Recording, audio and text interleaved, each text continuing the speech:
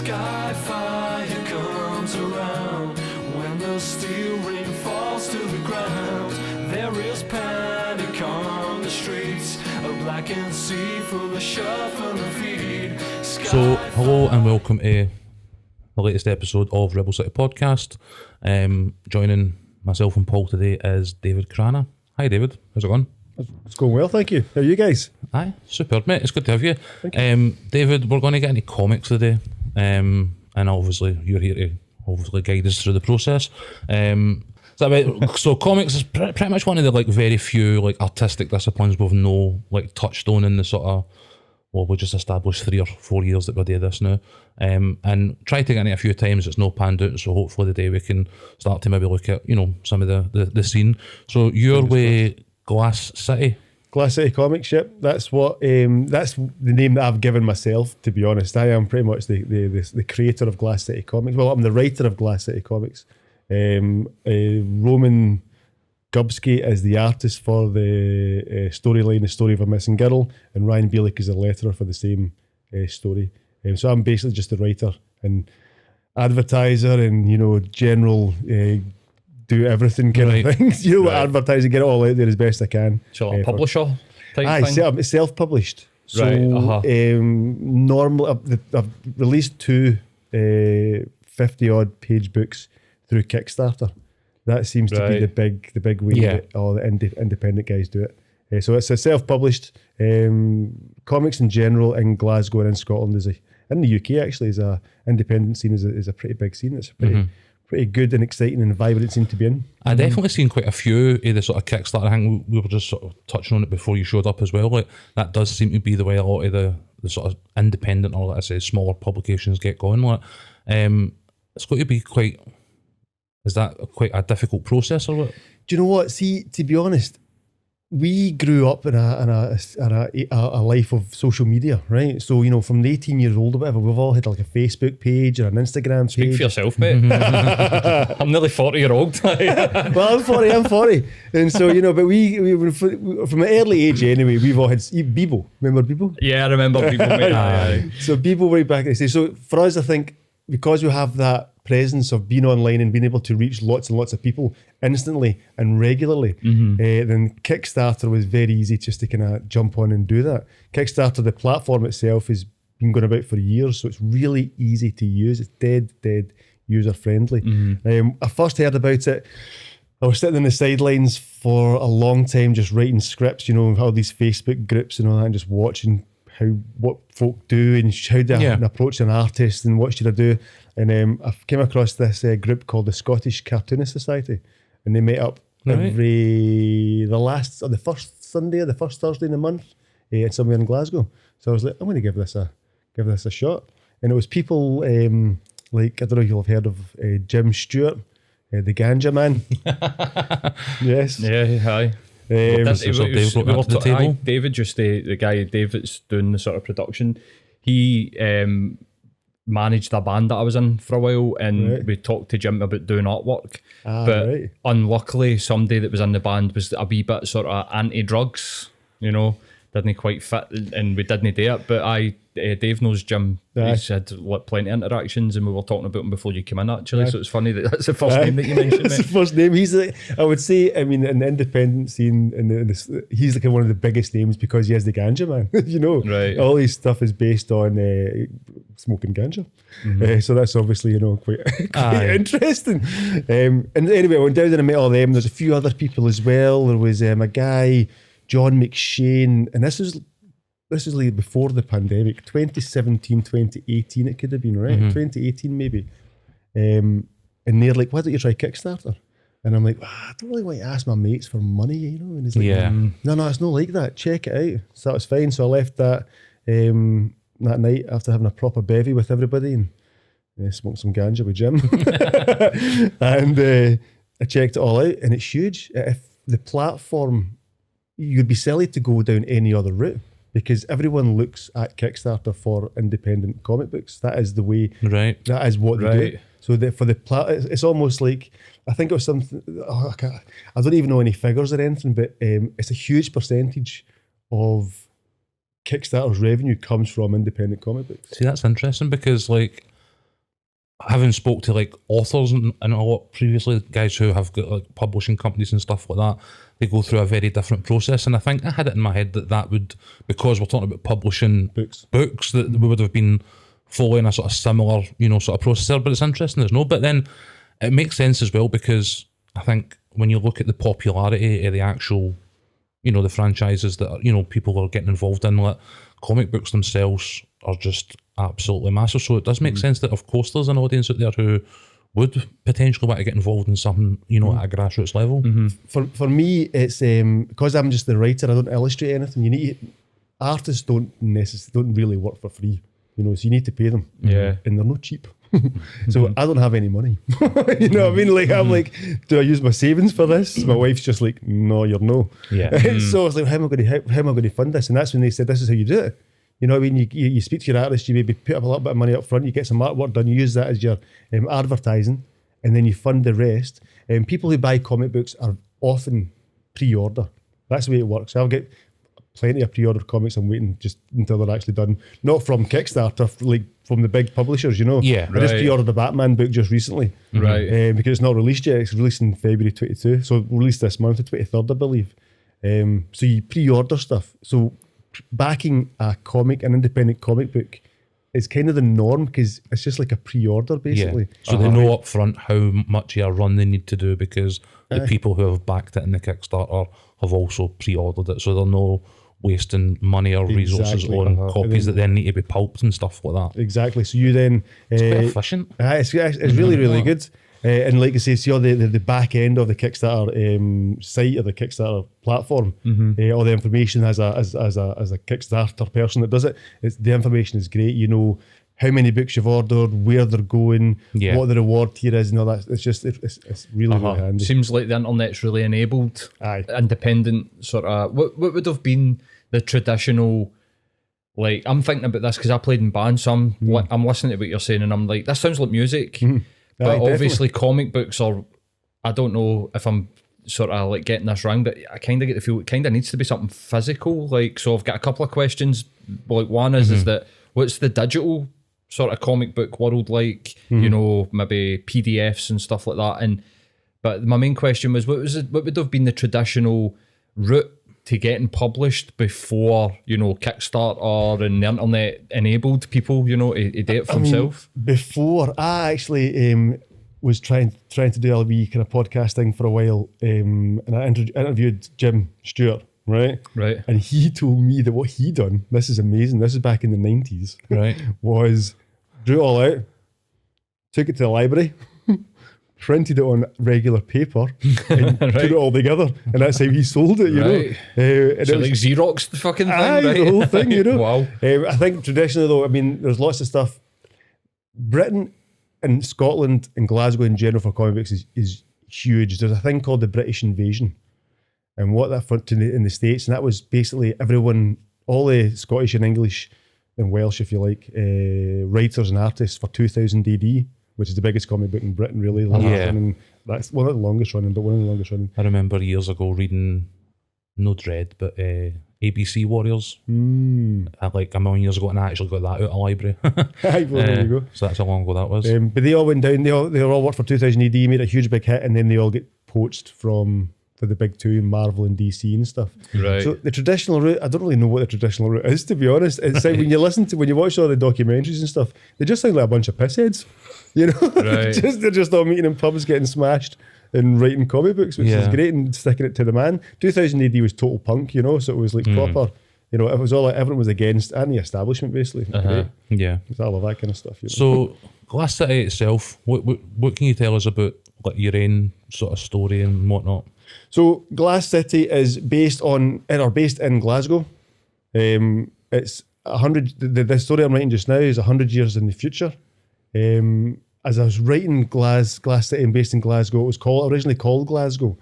Or Glass City was the nickname. It's nicknamed Glass City as in the violence of the city. Right, okay. Right, I like it, man. And what I realised was I wasn't really painting Glasgow as a nice light. And I'm like, Glasgow's not like this anymore. Like a sort of future no mean city. Aye, nope, exactly. I actually rebooted a wee Taggart story as well when Taggart stopped filming. But it's like I was like, I'm not painting this as a good Glasgow in a good light. I don't want people reading this going, is this what Glasgow's like? Yeah. You know. So I decided to change it. So what I done was I basically just made it like Glasgow is now called Glasgow, as in the Gaelic spelling of it, and everywhere. Got the American pronunciation out. Glasgow. everywhere that's referenced or mentioned is basically the original name or the original place, if you know what I mean. So, Okay. so it's just to kind of keep it separate. So it's like you understand where you are, but it's not really where it is. It's still fictionalised. Aye, it's still fictionalised. And so the story of a missing girl is based on a detective, Gabriel Gatti, or Gabe Gatti, who is mourning the loss of his 5-year-old kid who disappeared 5 years ago. And he stumbles on a case that directly mirrors his own, and he delves deeper into an already dark city. So this is a detective noir then? Detective noir, yeah. Like it. It does get a bit fantasy in the middle, basically because the route I was planning on, when I got to kind of having to write that, I'm like, I can't do this. I can't go this dark. I'm going to have to make this a little lighter. Right. So I made it from, what could potentially really happen to, this is completely fictional. I mean, you're dealing with a city that has repeatedly been portrayed as like Gotham in like movies and TV as it stands at the Glasgow minute. is Gotham. Yeah, so I don't know if there's such a thing as going too dark. You know what I mean? Like, I don't know. There's certain. I think sexual violence is kind of where I draw the line. Right, okay, I'll refer to it, but when I've only realised this, in the past couple of years, I'm like, that's as far as I'll go. I can't go any Right. further. And what's your predictions for how, in your comic book, for how Glasgow's going to go in 100 years? It is funny. Not to give too much away, but well, I've got a storyline that was originally a reboot of Taggart, and I don't know. I should have mentioned this actually. Basically, it starts off because Glass City are the whole city, Glasgow and Edinburgh are basically one big mega city. right, okay, Right, that's so it's cool. a huge, big, massive city, and the whole city is called Glassborough. But the Glasgow side is nicknamed Glass City by the thingies, and that's the dark thingy side. Right, The other side was originally called Edinburgh, but they nicknamed it Capital City. right, okay. So Right. they're the nice bit, and, So that's the and nice we're bit. the shithole. And we're the right. scum. Okay, right. Fucking I yes. love it, mate. I like that. That's a cool idea. it does, aye. And the way I see it going is it's obviously independent. Obviously. Right, so there's a statue of a sturgeon everywhere. There is a statue of sturgeon. You don't really see it though. You don't really see it. That's But brilliant. when I wrote the description, I'm like, I want a wee statue of Nicola Sturgeon. Right. And what happened to old Donald Jewell? Oh, I have no reference to him at all. Right, okay. There is, there is a scene where he comes in, a character comes in and he walks out and I forgot the street, and he looks over and he's been away from the city for a wee while, and he looks over and he sees the Duke of Wellington with his cone still in his head. Remember, this is 100 years in Some the things future. never change. That's exactly what he says. He's like, Oh, yes. some things never change. That's brilliant, man. I Dynamite. love that, man. I love that idea that because we are kind of like the satellite towns are kind of just coming closer and closer together, really. So I quite like that concept that we're just one big mega city, Glassborough. I like the sprawl will eventually just bring it all into the one thing. Aye, but I think that Glassborough might go down like when Hibs and Hearts tried to merge in the 90s. Like, I think you would have riots in the streets of Glasgow. Aye. the way I see that is they had a vote. The whole city had a vote, and obviously there's more folk in Glasgow than there is in Edinburgh. So Glasgow won. So that's why Glasgow gets before Edinburgh. You know what I mean? So it's Yeah. Glassborough as opposed to Edinburgh. Edinburgh. For doing that, if we're keeping with the American. So I think, I love that idea. I definitely think so as well. I mean, the detective noir edge to it is something that, I mean, growing up, I read like William McIlvanney and like, there, you've got a lot of guys in Edinburgh as well, Ian Rankin and stuff like that, who, like detective novels are a big part of the culture, like both cities. So actually having them merged together and still having this sort of like narrative is actually something that fits really nicely for me. So it is like, you have the idea for a comic, you've got your story, you like, what's next? You're saying you reach out to this collective of, was it a Cartoonist Association, did you say? The Cartoonist Society. Society, sorry. The Cartoonist, that is just a Facebook group name. And it's just a bunch of pissheads. Right. I think it's People trying not to get a real job, is it like that? That type basically, of thing? aye. They're a good bunch of people, Yeah. and like I say, without them, I wouldn't have known what to do. When they said to me, check out Kickstarter, that was it. That's when things changed. because I was sitting, like I said, I watched lots of Facebook groups, and basically it was a case of if you don't pay your artist, then you're not going to do anything here, right? And I'm like, well, I can't afford to pay my artist. What am I going to do? And eventually, I sat back and I thought the Kickstarter idea. I'm like, okay, cool. How am I going to do this? Blah blah blah. I need some kind of. I was thinking about putting my own money up, and I seen Roman Gubsky, and he put up this post of an image, and I was like, fuck, this is lovely. And he's like, I'm new to the comic book game. I'm looking to start with somebody. Give me a shout. Now I've seen lots of posts like that, and they just get bombarded with people. Yeah. Work with me. So I just put out a post just saying, I'd love to work with you, but I don't think I can afford it. And he's like, well, message me and we'll talk.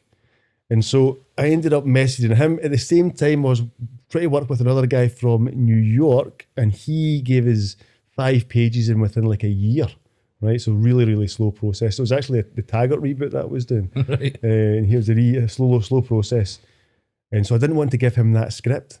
So that's why I gave him the Story of a Missing Girl script, which was only an idea in my head that hasn't completely finished. And so I gave him that one. He's like, I love this. He's like, if you tidy it up, we'll go with it. I'll give you 20 odd pages.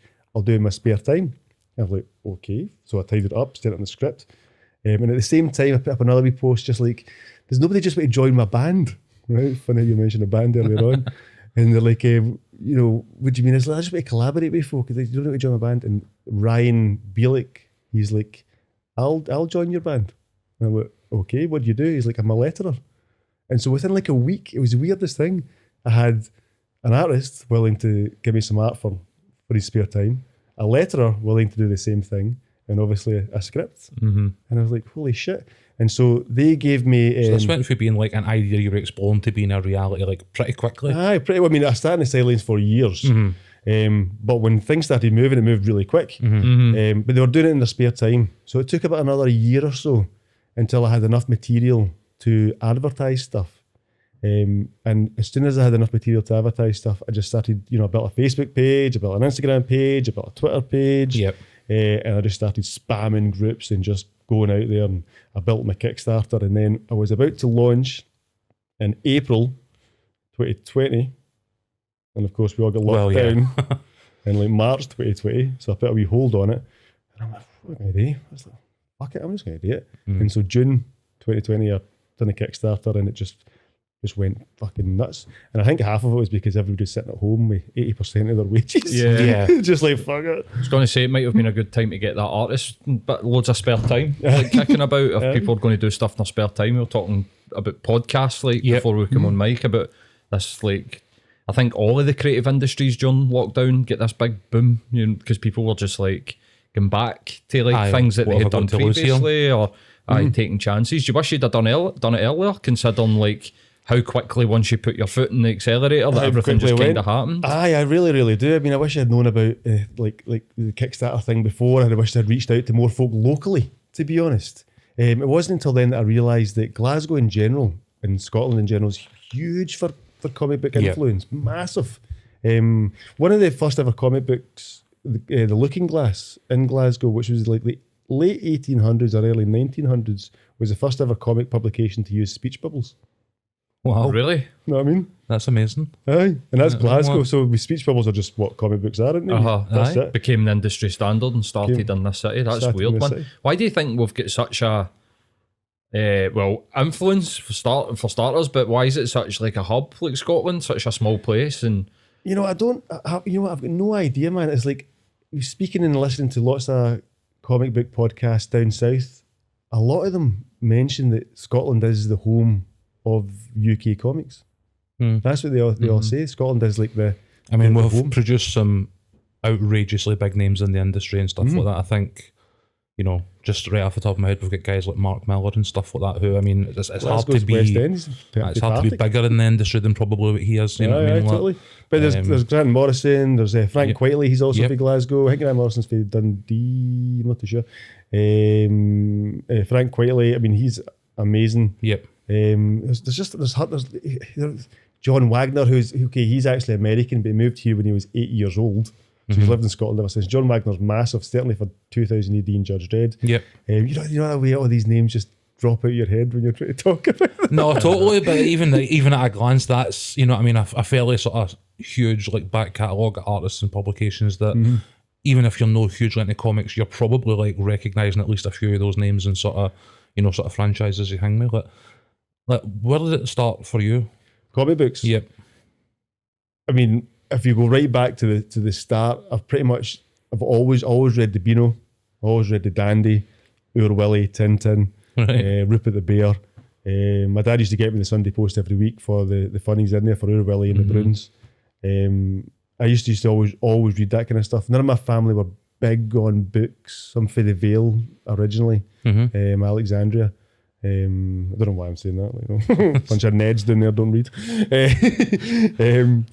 But so my family wasn't big on reading, so I was kind of the only one that kind of read. I was all kind of comic books. I was just sitting there looking at them. Like, you just looking at pictures, which a lot of time I was just looking at pictures, you know. Yeah. And I remember, I think it was my uncle, man. He bought me a Judge Dredd annual for my Christmas. I think I was like 10 years old. I don't really think he knew what he was buying me, to be honest. Yeah. And I opened up this thing and Can I imagine they were up front? and I'm just like, fucking hell, this Mean Machine, you know, that big dial in his head, big metal arm, you know, mutated and stuff like that, and Judge Dredd just shooting people in the face. And 10-year-old just like, this is the best thing I've ever seen in my life. You know what I mean? And I used to go down to try and get the 2000 AD off the shelf when they get it. So they used to ask Were me, they age restricted? I was 13 now. Well, it was at the time. Right. It's 13 years old, you're supposed to be. I didn't remember them being comic books that were age restricted. I'm not back sure. in the day. Well, the thing is, I don't know if they're age restricted. I think they're definitely age restricted now. Right. But I do remember not being able to get them all the time. Right.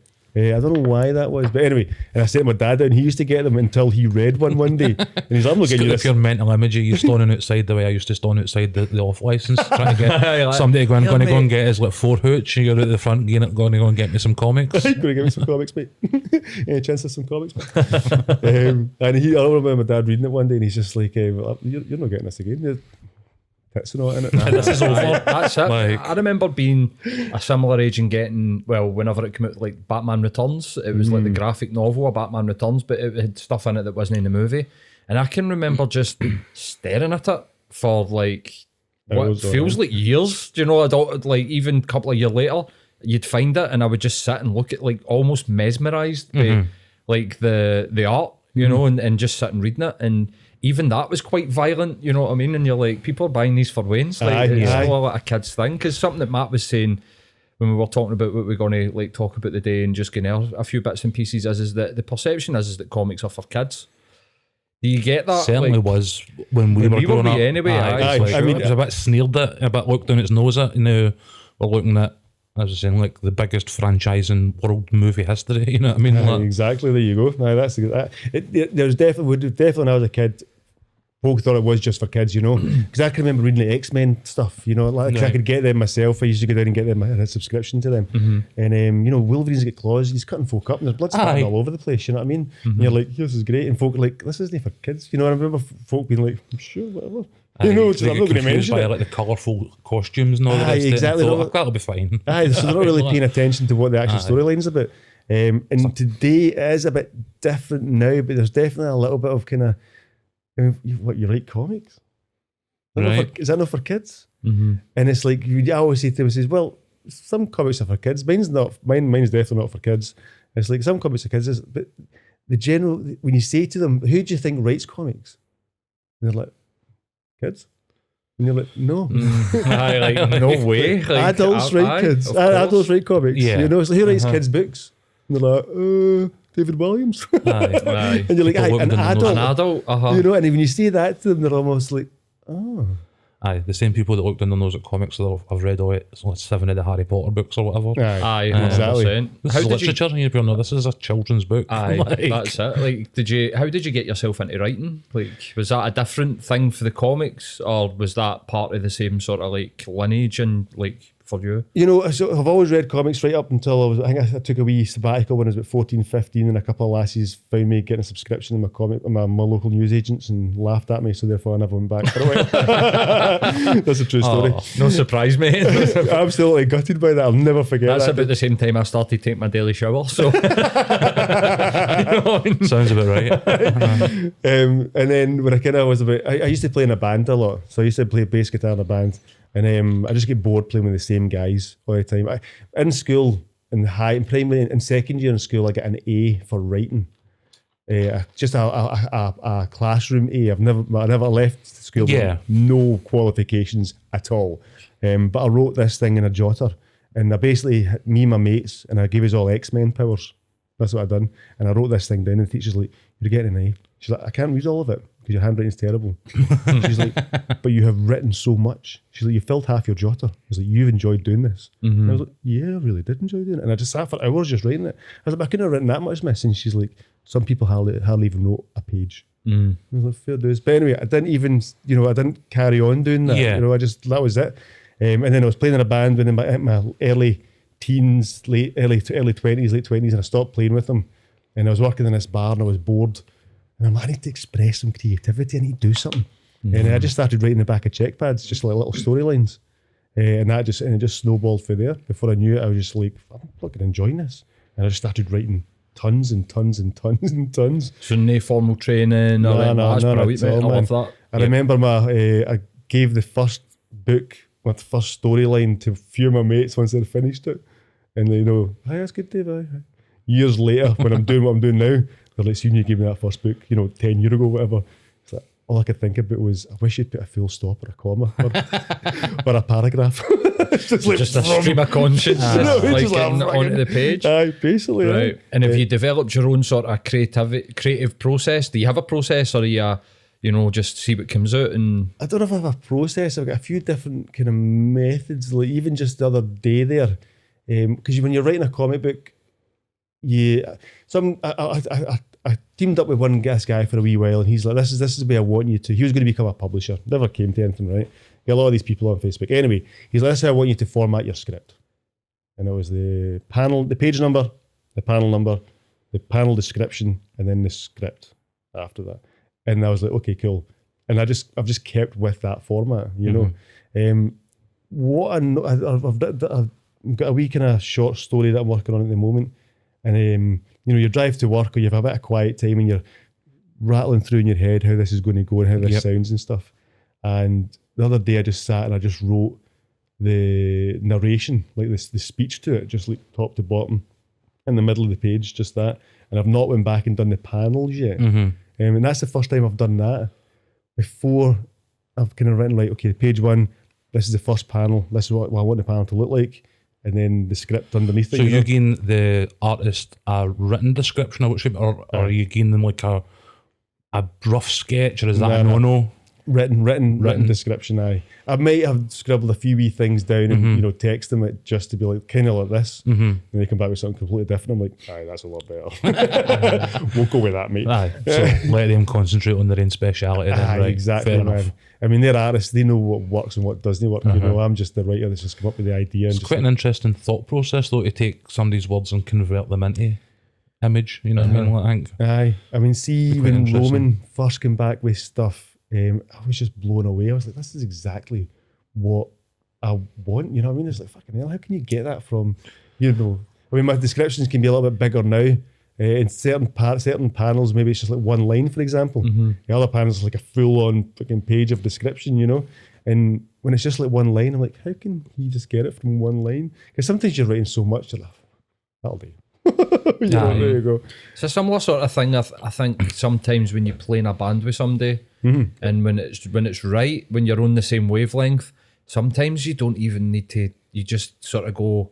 You just have like weird words that you use, and they'll just be like, "I know exactly." Is it like this? And you're like, "That is exactly what I could hear in my head." There's like other people can find a way to express what you're sort of seeing in your mind. It's a weird one when that happens. I refer to it as like playing in a band all the time. That's why I put in that post, is anyone who's really join my band, because it is like that. It's a creative process. When you're playing in a band, you're playing with everybody, so you what you think might not be exactly what the other person thinks, but when you put it all together, it becomes this you know, It's quite surprising. that is I've what I'm never thinking. thought about music and comics in both of those terms, and it's quite weird to see like the similarities that you've just sat down and like clicked on there, because it is a collaborative creative process, you know what I mean? Like, so that's pretty cool. I see all like processes, even podcasting, when somebody comes in and they'll sometimes come in with a full idea, or sometimes people will come in and go, I just fancy doing this, I don't even really know what I'm doing. I'll just be like, let's just go and just it's the same process, try everything. See with a song, if somebody comes in, they're like, I've got the base structure of a song, so like, let's just try everything and see what works. And I'm assuming that will be a similar sort of thing for yourself, like nothing's off the table, let's just go for it and try and make it as best as we can. I think that's the best way when you're creating something. I think that's the best way to do it. You work with each other, man, you know, and that's it. You just allow everyone, like, see, you know, they're the artists, you allow them to do their own thing. You know, you've got a basis, and you're like, this is kind of what I'm thinking. Yep. And they're like, right, okay, perfect. You know, I've got a wee one coming out. It's called Happy Meal. I'm putting in for Scottish Comic Book Day for Comic Scene Scottish Comic Book Day, Best of Scottish Indie. This year, it should be in November, and it's called Happy Meal. And I had an idea, but I couldn't quite explain it correctly on, you know, the panel description. And the artist came back and says, "Listen, I think this would work better." And I'm like, "Mate, that's what I wanted." So actually having that rapport is like even more vital when you don't actually articulate yourself the way you want to as well. And I'm like, "Mate, that's exactly what I was wanting." I was like, "Go for it." And has there ever been?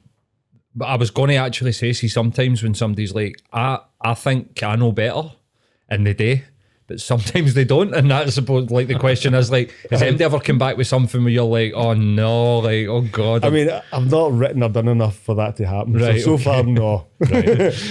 Hopefully it won't happen. Man. I don't see it. But I mean, like I say, I've not written or worked with enough people. Aye. So what I was going to say is that that's sometimes when you find out what people are like to really work with, because when things are good, obviously you're all just like fist bump, high five, and this is great. But then see when you need to give somebody a bit of criticism, sometimes, I mean, always remember being in a band with a guy and he just turned around and was just like, I'm not willing to work on this if you're not willing to take my idea on board. And my feedback was just, mate, well, there's a door. Because I can't work with somebody that's going to be that closed-minded. Like, it's my idea, or you can't be creative within that. No, you can't be creative within a closed-minded, narrow fucking... You have to be like, boom, open and just let everything go. Aye, mate, 100%. Like, I do therapy, by trade, as well as podcasting. And one of the things that I've learned is, and there's a point to this, because you're like, just squeeze it in there that I'm a therapist. Like, people are trying to create ideas to how to improve their life, and I don't know. Like, sometimes they'll come into the room, they'll expect you to know what they need to do, what they need to do, and you're like, well, I don't know. But I'll tell you what, the best thing you can do is don't take anything off the table. See whatever, even the most ludicrous idea, you're like, that would never work. Keep it on the table, because it might be the one that just fucking works for you. Fair dues. You know what I mean? It's like everyone is different, so you can't think, well, this is the way I work, so this therefore you have to work like that, and you have to work like that, and you have to work like that. You know what I mean? That's just the way it goes. Everyone is completely different, so it's like, okay, well, this works for me. Will it work for you? Don't know. Let's keep this on the table. Oh, but this one, this is what, you know, and what Matt does. Does that work for you? Maybe keep it on the table, and so on and so forth. Absolutely. You need to work with everybody. Absolutely. It's exciting as well, because the way that me and Matt will work with each other on this podcast, if Matt went and did another pod, he would work completely different. And that's something that I kind of like struggled with a wee bit. You know, I'm like, no, I know how to do this. And then you realise, actually, I don't have a fucking clue sometimes, because this is a fresh idea, and I'll work with this person very differently. Like, me and Matt can be so blunt, and, you know, we know everything's all cool. We'll be like, do this, do that. But sometimes you can't do that with other people. You need to be able to adapt. And it's so interesting to hear how, and I'm sort of like, I get it, like, it is a creative process, so it is just the same thing. But totally. It's cool to hear that you've got like your band, and you've got people that you can sort of lean on, and that it's all working, and you work well together, mate. That's class. I mean, the creative community, or the community, the comic book community in the whole of the UK, man, right, is excellent. And they are very, very supportive. There's very, very little people that are like dogging you and slagging you off, whatever. I mean, I've not came across anyone, to be honest. Yeah. I'm pretty sure you get on Twitter or whatever. I hear a lot of folk. That's kind of what Twitter's for nowadays, isn't it? You That's know what I I hear all the time. I've never really been involved in it, but there are little. You've been on the wrong side of it a few times. You're not missing anything. I've seen a few actually. Listen, you're getting blocked now, mate. Like, aye. But the thing is, I'm mostly on like Facebook or whatever, and I've definitely been in the wrong side of stuff on Facebook, man. Yeah. For sure. Certainly over the pandemic, you know, with COVID and shit. Aye, it's a bit of a shit show in general, all that type of stuff. So I'm interested to like talk a wee bit more about the community, because obviously it sounds as though you're not the only person out there that's fully in this process of having the idea, building a team, reaching out and starting Kickstarters and so on and so forth. Like, who are the other artists or sort of comics in and around you that you're reading that you want us to know about? Oh man, there's a fucking ton of people, man. So where to even start? So Johnny Cannon does Cannon Hill Comics. He's done a cracking comic called The United, and it's set all over the UK. There's a guy called The Mighty Scotsman in it. I'm pretty certain, if my memory corrects me, Scotland gets independence during that. I think it's 2014. Right. Is that a popular idea amongst the popular idea amongst the Scottish comic books. Rewriting history. I'm up for it. That's a great. I would definitely check that out. He's got a new one coming out soon as well, so he's a good guy to jump on board with. Kiltopia, Dave Cook, Craig Payton, Clark Bintz is the new artist now. He's from down south. Kiltopia is massive. Mm-hmm. You know, it's a huge, massive Kickstarter. There's like 16 grand, 20 grand Kickstarters. Like, wow. I know, like, you know, I got 2,700 last time. And I'm like, yay. Aye, fucking you know what I mean? Aye, totally. Absolutely. He's like fucking 20 grand. He's like, fucking hell. He's also got a publisher behind him, BHP Publishing, which is a guy called Shaz Nazir. They're Scottish as well. Who else? Alan Henderson does The Pen That Go In, which is a wee 3-strip comic of a penguin. And it's always funny as hell, man. It's just, you know, if you imagine way back in the day when you had the funnies in, you know, the paper. Yep. None of the paper does funnies anymore. I can't remember last time I picked it up. I stopped reading newspapers, so it's hard to say. We're all in the same boat with us, aye. But aye, it's exactly like that. Really good. And it's like I say, it's just dead easy. That must be a talent in itself, being able to get a narrative, a punchline, a laugh, and three panels, man. And it's he's got like 2,000, more than last count was like 2,000 of these strips. Right. You know, I bought my dad one for his Christmas just because, like £6 or whatever. I got to go off his Etsy page. Who else is there? There's God, that you're trying to think of that you can't think. Right, just don't leave anybody important out. I know, exactly. I should really mention because I do a podcast every Thursday, the Brewgooders, which is the beer and comics podcast. Nice. It goes live on Thursday nights at 8 p.m. Definitely give us a follow. We have clocked that. Would you call it? We talk about our beer that we're drinking. I've been on the non-alcoholic stuff the past couple of weeks. I ended up getting a bit too drunk and just going off on tangents. Right. So I'm just trying to keep it calm for a wee while. We talk about the beer we're drinking. We might have a wee guest on, and then we talk about a comic we've been reviewing, like an hour and a half tops. Right. And it just goes out live. It's good fun. So the guys on there, Jeff Nicholson, he does the Spirit of NK. Andrew McGee, he owns a comic shop in Kilcoddy, Kingdom Comics and Games. And Colin Maxwell, he is actually the guy who spearheaded Scottish Comic Book Day. Right. Because that's something I've seen a lot, and I'm not conscious of having seen it in previous years. I know there's like Comic-Cons and whatever else, you know, which are obviously up and down pretty much every country and are huge in themselves. Like, but when I was seeing this, I was like, this doesn't have the feel to me as there might be like a similar things going on, but it seems like a new sort of separate thing. Is that right? Aye, it's brand new. So it was the 2021 was the first year. Colin one day, he's just like, there was a national something day, and he's like, hey, why don't we have a National Scottish Comic Book Day? Mm-hmm. And he's like, when should we do it? And you know, he just started this page. It's the last, I think it's officially 27th of November, and unofficially the last Saturday of November every year. But he's managed to get it recognised in Holyrood and also in Westminster. Nice. So it's a I know. An incredible achievement. It's an actual official day now. So it's an official day, eh? And I might cut this out because it just came to head there, but there seems to be a big boom, right? You're talking about like Comic-Con. Mm-hmm. Like, I don't remember this stuff, even if you go back a decade ago. Like now, when Comic-Con's at the exhibition centre, you actually see people going to it, like cosplay. Has the sort of like, I mean, it's big in like the queer community and stuff like that. I'm wondering, has that been like a big boom for like the comp because of like Hello Kitty and this type of sort of stuff being more popular? See, I was talking to Lisa, my wife, my female, earlier on this morning about cosplay. And Okay. no, Don't need to get the specifics, mate. unfortunately, not that. And I just think cosplay and all that kind of stuff has helped Comic Cons and stuff. I don't think it helps independent comic books though. I don't think it really helps the comic book scene as such. I almost think it kind of distracts from it a little bit. I always find cosplayers kind of strange. Right. Like, why do you feel like you are now, you know, Hawk girl or whatever? Yeah, you know what I mean? It's like, and it is, when you scroll through Instagram, if you hit a cosplay picture, all of a sudden your search feed is full of cosplay stuff, absolutely. And it's all very, very kinky, isn't it? Well, there is a lot of it that is quite highly sexualised, I would say, that on social media, on the internet. I think that what you're saying, sort of like thinking about it, I think people like to escape, you know, totally. You know, and I think it feels like an escape. You know, I've got an acquaintance, no quite a friend, but like somebody that I've engaged with in social media, and she likes to dress up as like female Spider-Man and that type of thing. And when I've said to her, like, why do you really enjoy, why do you, like, she goes to all the Comic Cons, why do you enjoy it?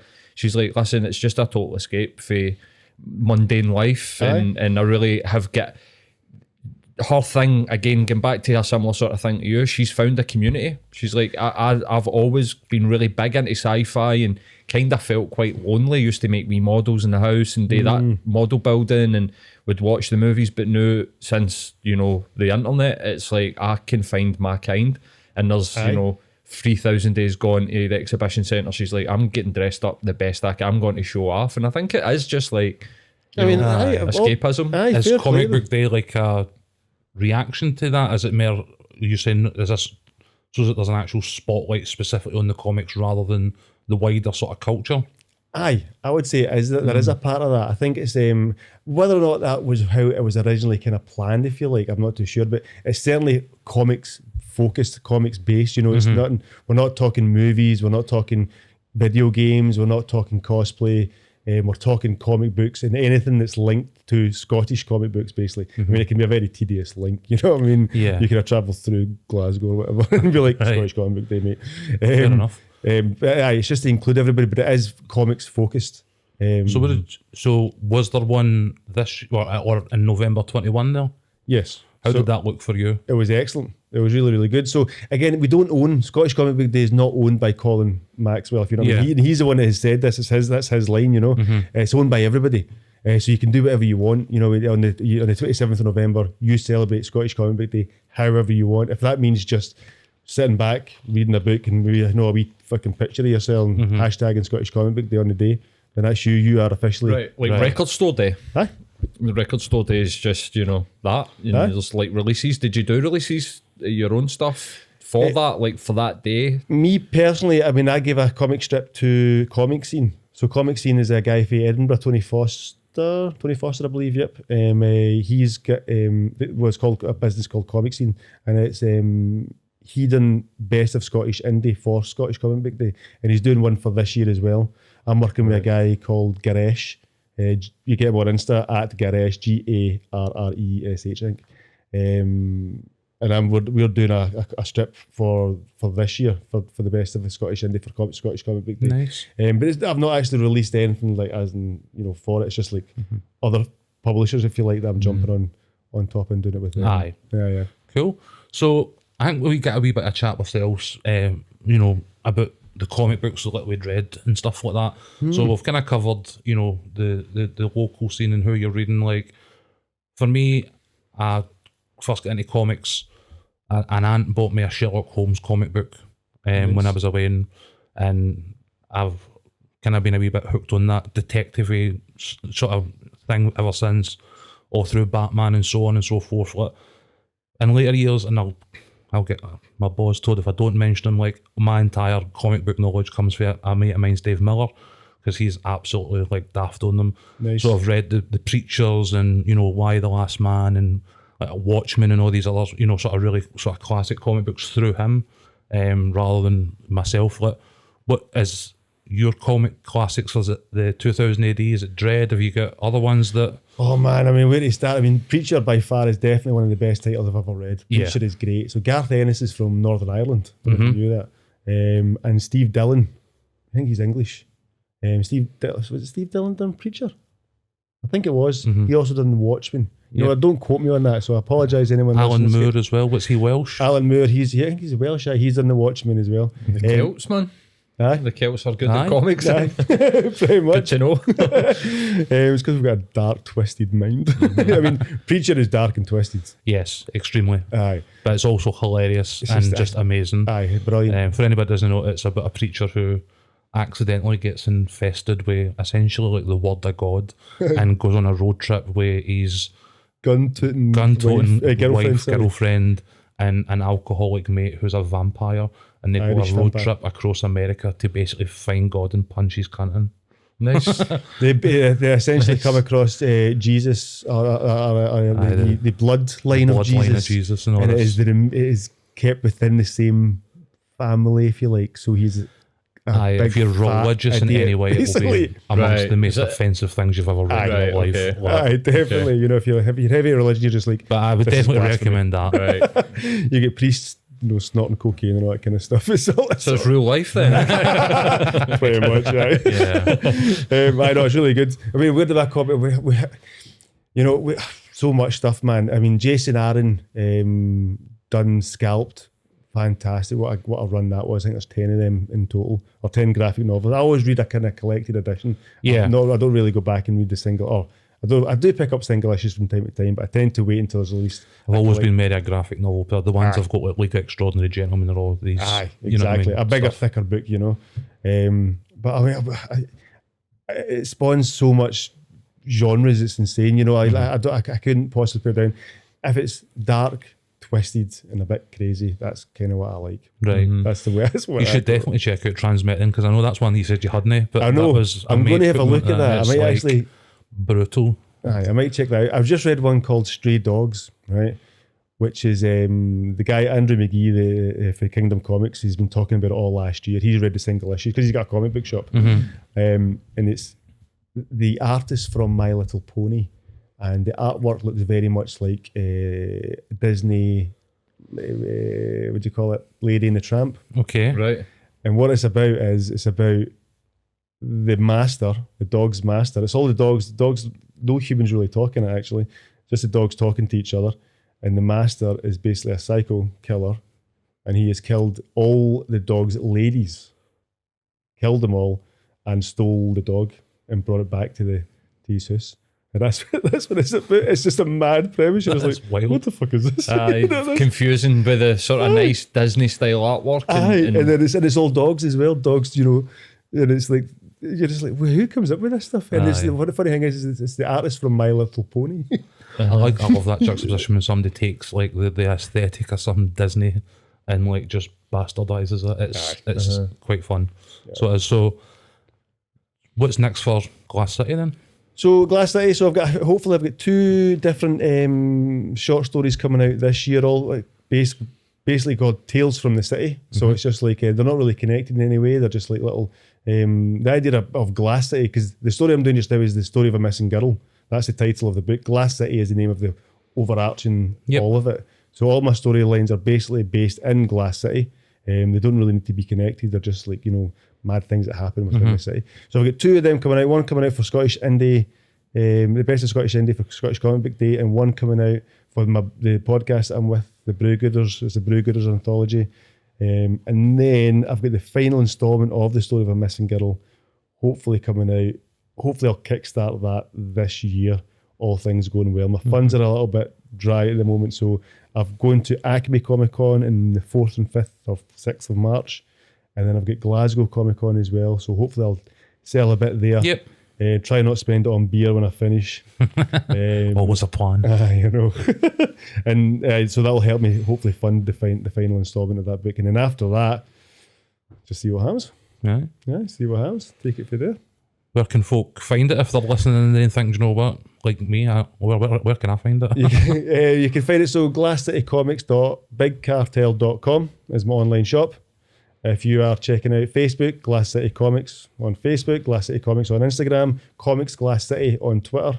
And you can follow me on just David Cranna if you really like to follow my Facebook page. I don't know why to do that. Don't, if you're not into politics and stuff, don't follow me. I try to keep Should probably put that disclaimer on my Facebook as well, shouldn't I? Aye, absolutely. That's just like life now, isn't it? Politics is just part of life now. I've definitely lost a few of my mates following me on Facebook because of my politics. I've definitely lost. I mean, It's like an unfortunate, thing that's happening now is that we can't disagree with each other anymore. Like, we can't just agree to disagree. Just be like, okay, we see something different, but I still like you. It's like, no, you're wrong. Fucking either agree with me or fuck off. Aye.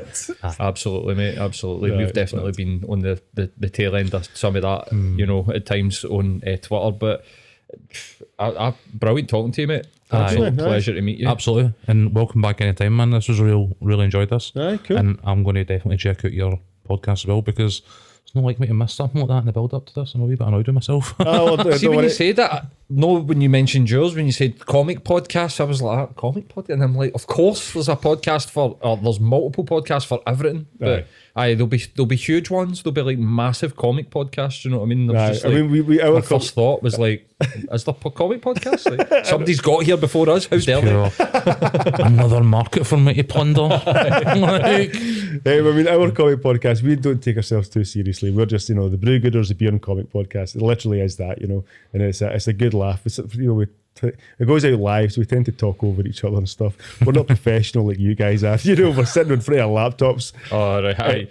We're in a professional setup, but we're not professional. Well, our setup is Never not heard professional. anything so offensive in all my days. We're not even in the same room together. It's like we just do it over StreamYard, I think it is. Right, aye.